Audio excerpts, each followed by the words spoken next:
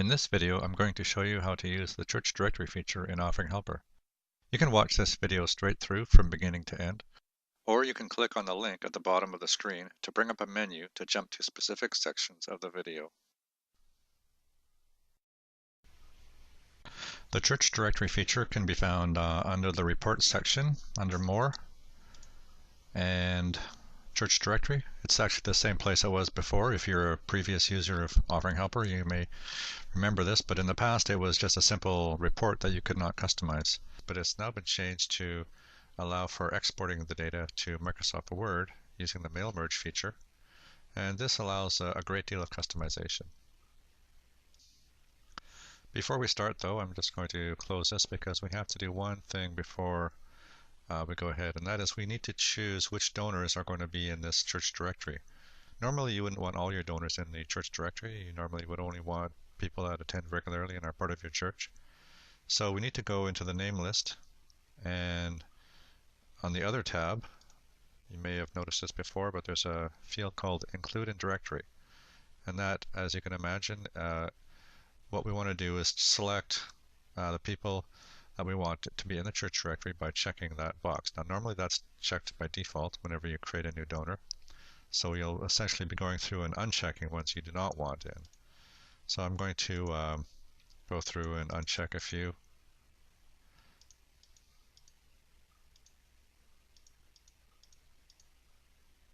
And once you've got that done, then you can close that. And now I'm going to go back into that menu option I was in the first time. Under Reports, go into More and Church Directory. And this time I'm going to click on the Create button. And what it's doing now is it's launching Microsoft Word, and it's creating a new document for me. And the important part is this first part here, and I'll explain that in a bit. It's got some codes in there with things like last name and first name and so on. And then there's some comments down here which are mostly for your benefit for the first couple of times you do this. But before you do the actual merge, you'll need to delete these, so I'm going to delete them right now. So now we have just these codes up here, and I've put them in a table. But what's going to happen is that each one of these codes are going to be replaced by the actual data from Offering Helper when I do the final merge. And it's going to repeat this all the way down the page and then onto the next page. And I'm going to do it right now because normally you'd want to customize this first, just to to set the layout exactly the way you want it. I've just got a sample layout here.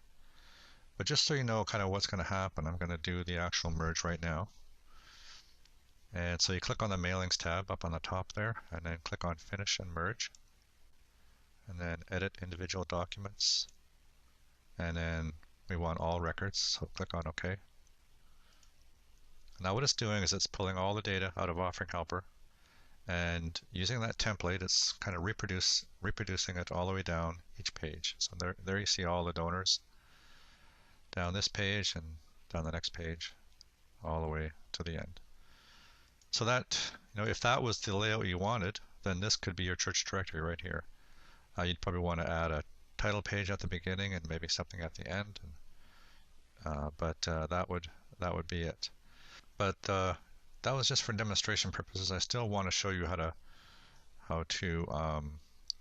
customize the template. So I'm going to delete this document.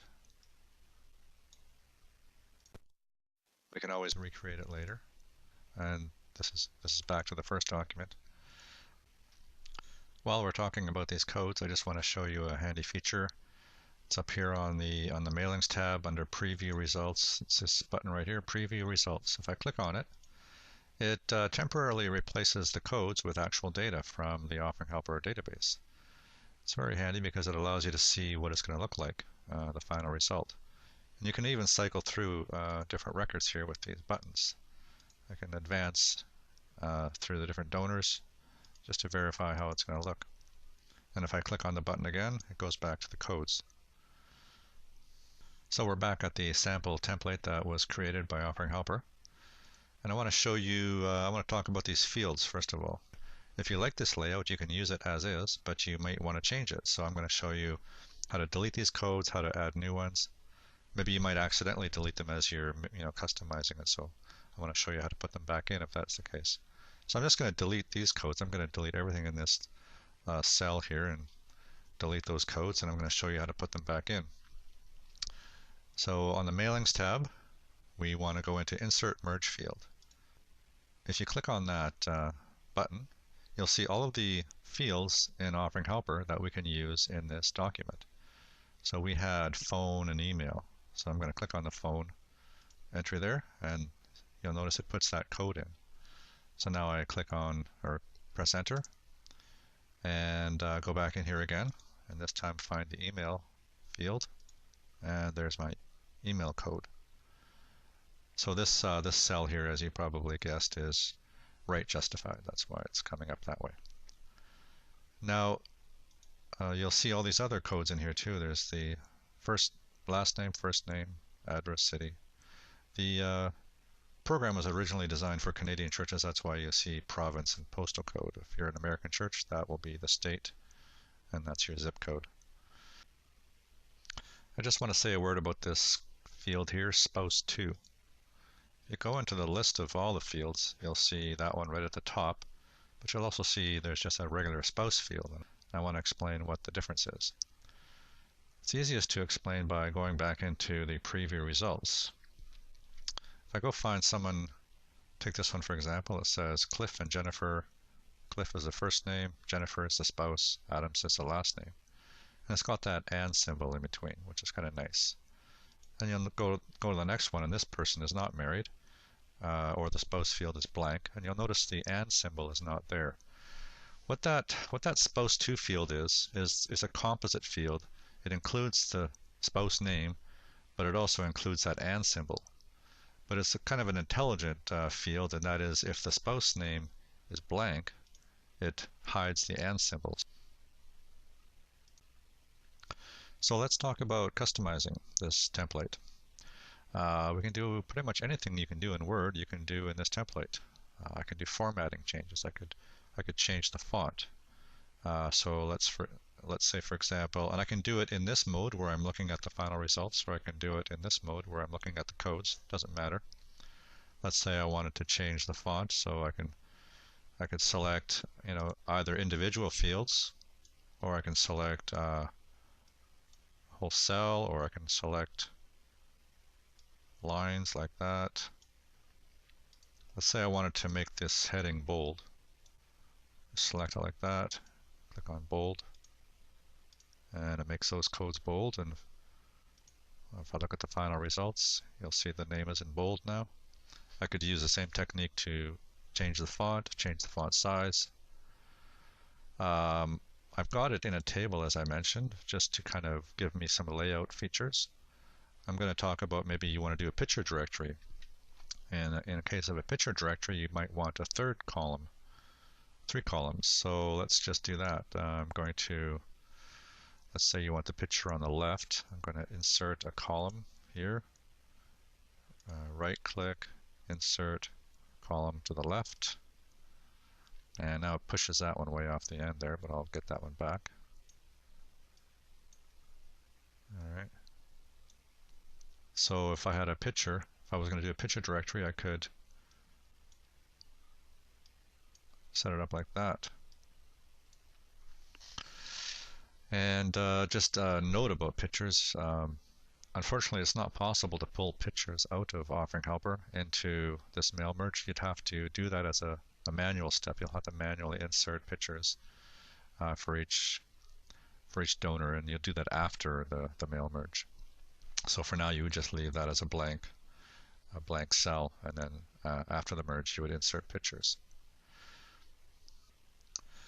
Other things you could do would be things like setting the margins. If I want to change my margins, whatever changes I make to this one page will be obviously used in all the pages of the directory.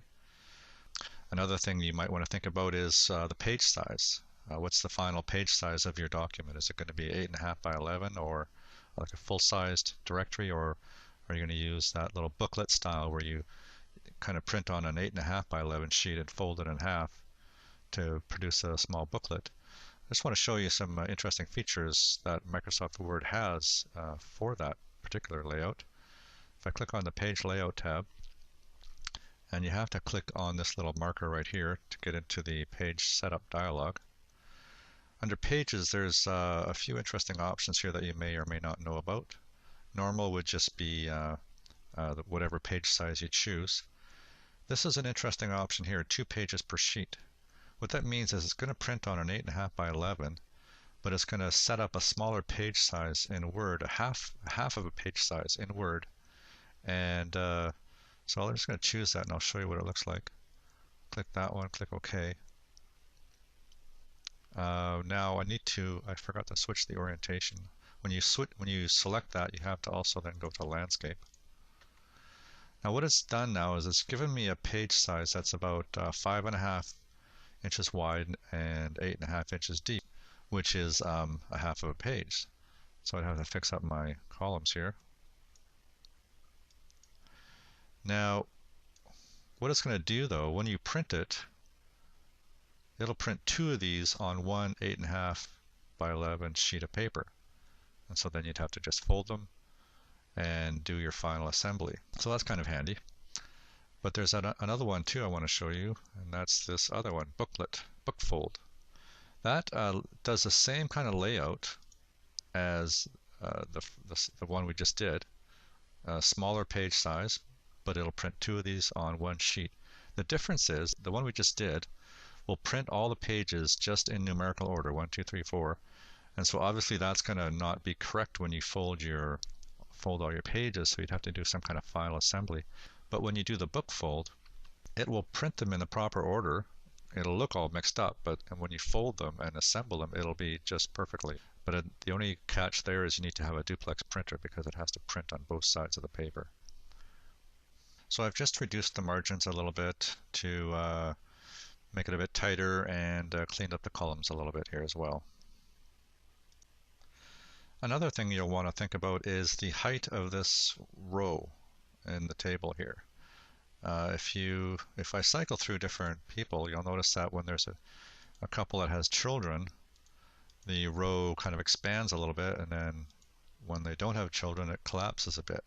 So that means when I do the final merge, each row will be different height, and so you may not want that. You may want every row to be exactly the same. Plus I'll be putting a picture in, so that will obviously determine, I may want the row height even bigger. So I'm going to show you how to lock the row height so it doesn't expand and collapse. So I'll select the table, use that little marker there, and right click anywhere in it, do table properties. And then on the row tab, I want to specify a height, and I want to make it exact. And if I just click OK now, it'll take that height, and I can tweak it a little bit if I want. And now it'll keep that height no matter what's in the cell. So now if I cycle through the records, you'll see that the row height stays the same for each donor. But let's say you want to put a picture in there, and probably the best thing to do is to put a sample picture in to find out how high that row needs to be.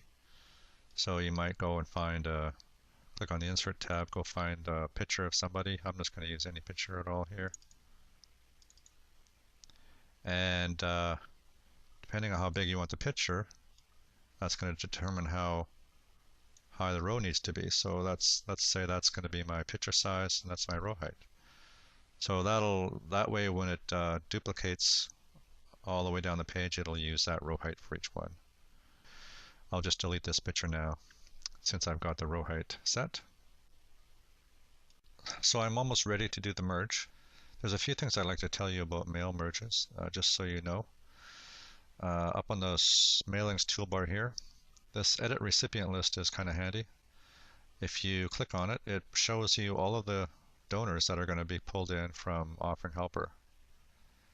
Now, there's also a checkbox with each one, so I could unselect here as well. As you recall, earlier we went through Offering Helper and we chose the people that we wanted to be in the directory. But we could have also done that here too. I could just go along and uncheck some of these people. Another thing you can do here is the sort order. The data comes from Offering Helper sorted already, but just in case it doesn't, or maybe you want to sort differently, you can use this feature here to sort by last name, first name, which it already is sorted that way, but or maybe you want to sort by a different field. And you can also use the filter command. Let's say you wanted to do a partial church directory of people that lived in one city, for example. I could filter on the city field and type in my good old hometown here. That will only print people now that are in Chilliwack. You may not want to do that for a city, but maybe you have a custom field that you've defined in Offering Helper, and you might want to filter on that field to just print out certain people, certain groups of people. So I'm going to clear that filter. So that's basically the interesting things in this little dialog box. That was under Edit Recipient List. Now there's one thing that is already set up for you, but just so you know, this has to be set up for a directory. There's different types of mail merges. You can do letters, which is like a form letter. You can do envelopes or labels. The thing about the directory is that you only have to set up one set of codes here, and it'll duplicate those all the way down the page for you and then on to the next page. That's because we have it set as a directory. So that's important for this feature. Alright, so I'm going to do the merge now, again, second time. You'll probably be doing merges a number of times. As I mentioned, when you do the merge, it creates a new document, but it keeps this template here. Just as a side note, you probably want to save this document. Once you've done a fair bit of work to set it up, you don't want to have to redo it again. So I'm just going to save this document. I'm just going to call it church directory.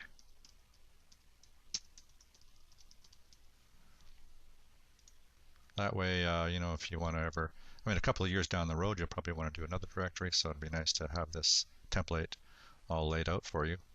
You don't have to go back into Offering Helper and do it, because then you'll get that sort of standard template, and if you've customized it, you want to keep the one you've customized.